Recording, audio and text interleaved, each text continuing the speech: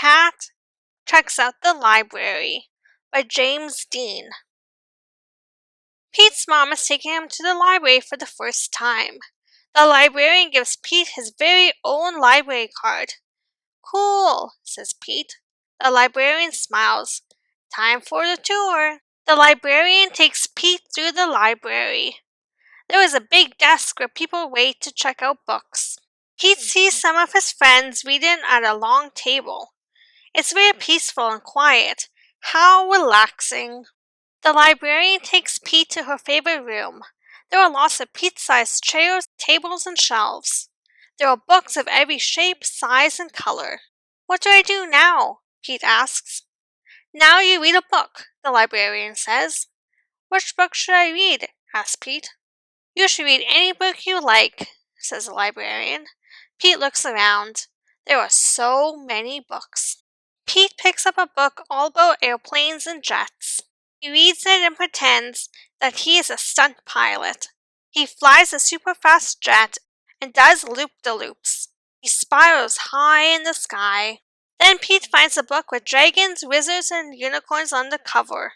He reads it and imagines that he is a powerful wizard, using magic spells and a special wand to defend his castle against a fire-breathing dragon.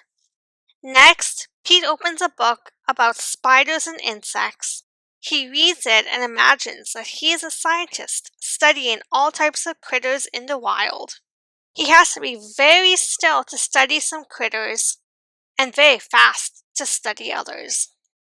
Pete opens a book about the pyramids in Egypt. He reads it and pretends that he is an explorer riding a camel across the desert and climbing to the top of a giant pyramid.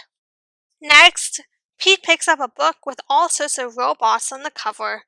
He reads it and imagines that he is a robot at a robot dance party. His arms and legs make wheezing sounds when he moves. When Robot Pete speaks, he says, "Bleep, bloop, bleep." Next, Pete picks up a book about superheroes.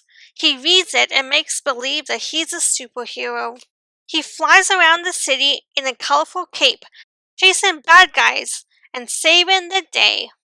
There are so many wonderful books to read at the library. Pete can be whatever he imagines with a book. Reading is super groovy.